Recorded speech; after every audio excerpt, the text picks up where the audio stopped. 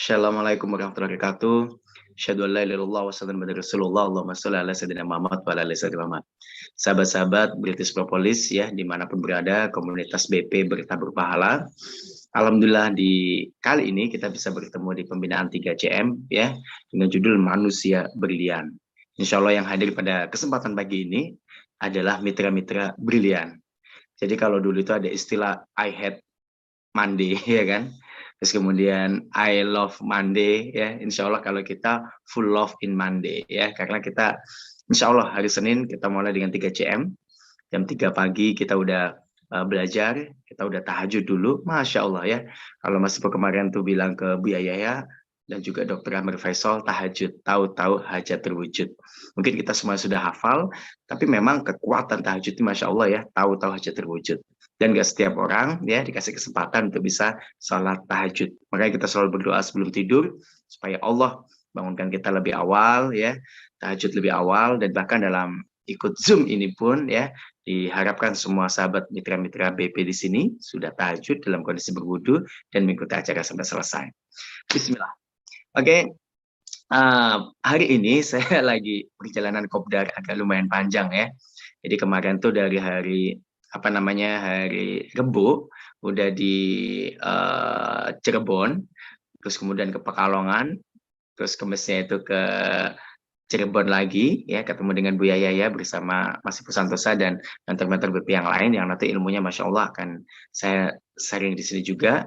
Terus kemudian ke Malang ya, kebetulan saya juga lagi di Malang Batu tepatnya, sampai hari ini insya Allah mau ke Surabaya, karena hari ini kan juga ada seminar BP di Surabaya, sampai insya Allah besok balik ke rumah ya. Nah, memang perjalanan kopdar ini Masya Allah ya, itu bisa sampai 8 hari di jalan, apalagi saya bersama istri dan keluarga, tapi saya nikmati.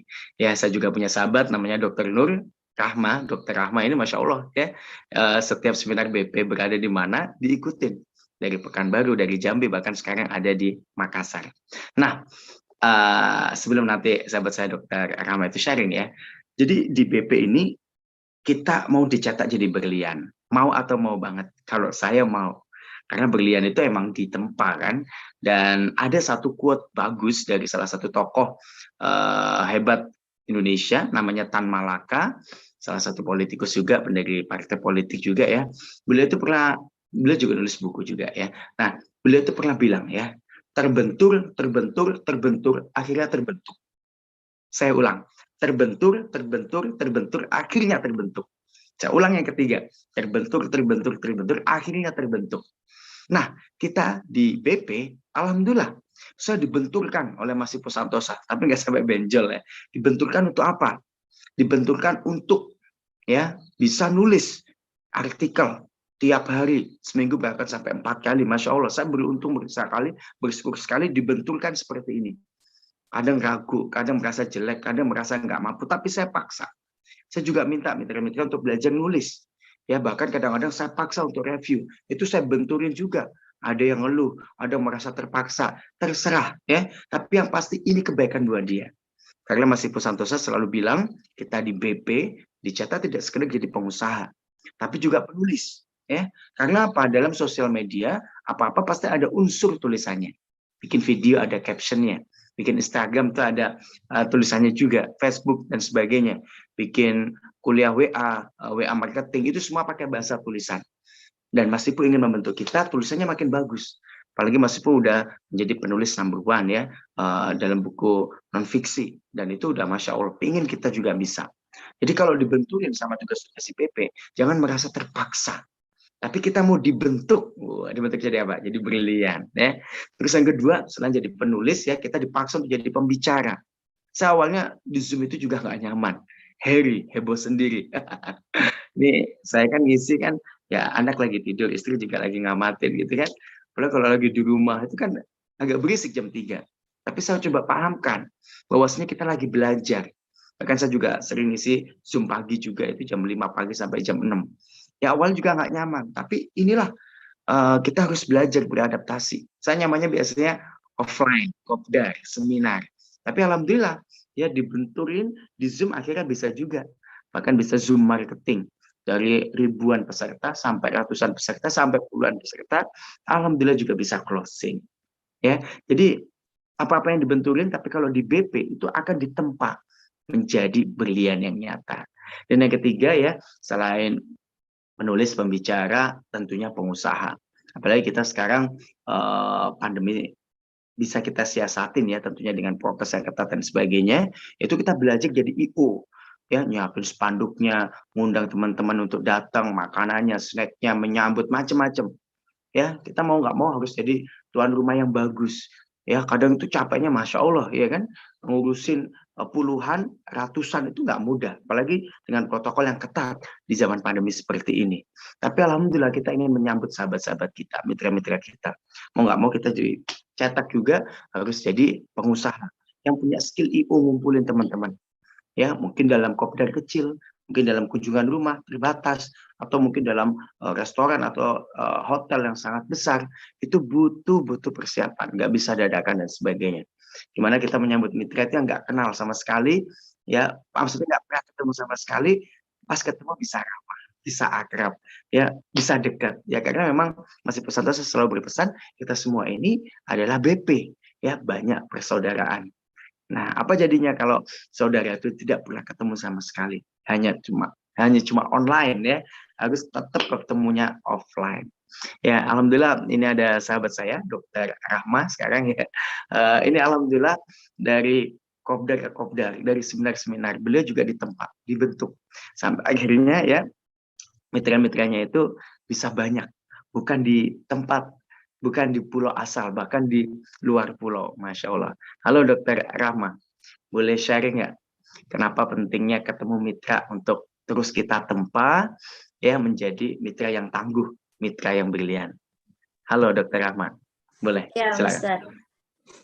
Bismillahirrahmanirrahim. Assalamualaikum warahmatullahi wabarakatuh.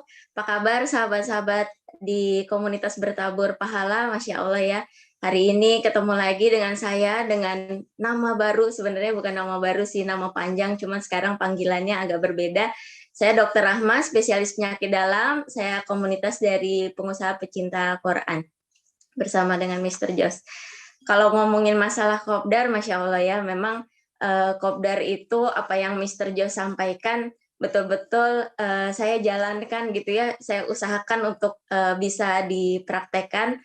Apa sih kopdar itu? Kopdar itu ketemu gitu ya, ketemu sama mitra-mitra, kemudian ngobrol-ngobrol, kemudian kita mentransfer kepercayaan, mentransfer energi juga ya, meyakinkan mereka bahwa ini bisnis yang terbaik, produk yang terbaik, komunitas yang luar biasa, yang kita kalau ada sesuatu yang baik, kata Mas Ipo, kita harus sampaikan kepada orang lain.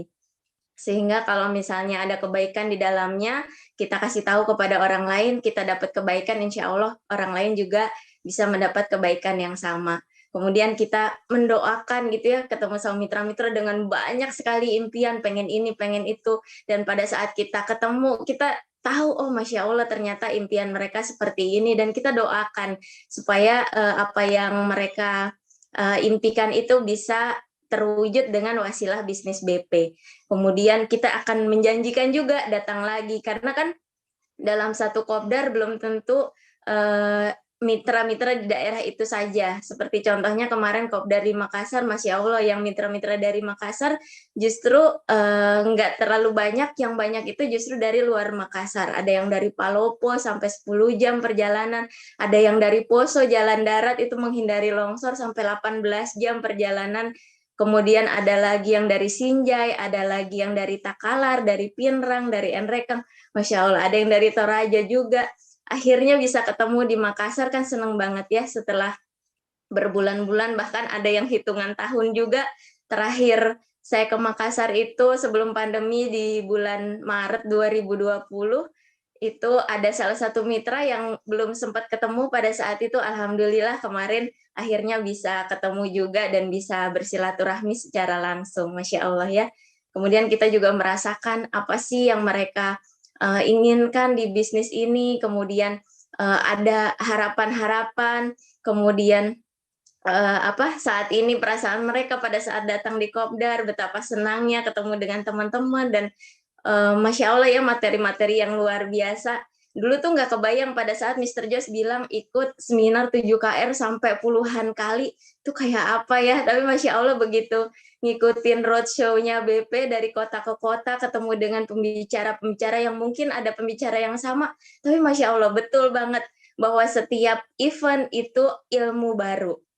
Setiap event pada saat kita menjadi gelas kosong, apalagi nih yang bisa saya dapat dari event ini? Ternyata setiap pembicara, walaupun pembicaranya sama, mungkin ada materi-materi yang sama, selalu ada ilmu baru yang bisa kita bawa pulang, dan kita selalu punya, kalau kata Kak Dias itu, catatan hidup gitu ya, catatan hidup dari sebuah kopdar atau sebuah gathering atau sebuah materi yang disampaikan oleh pemateri.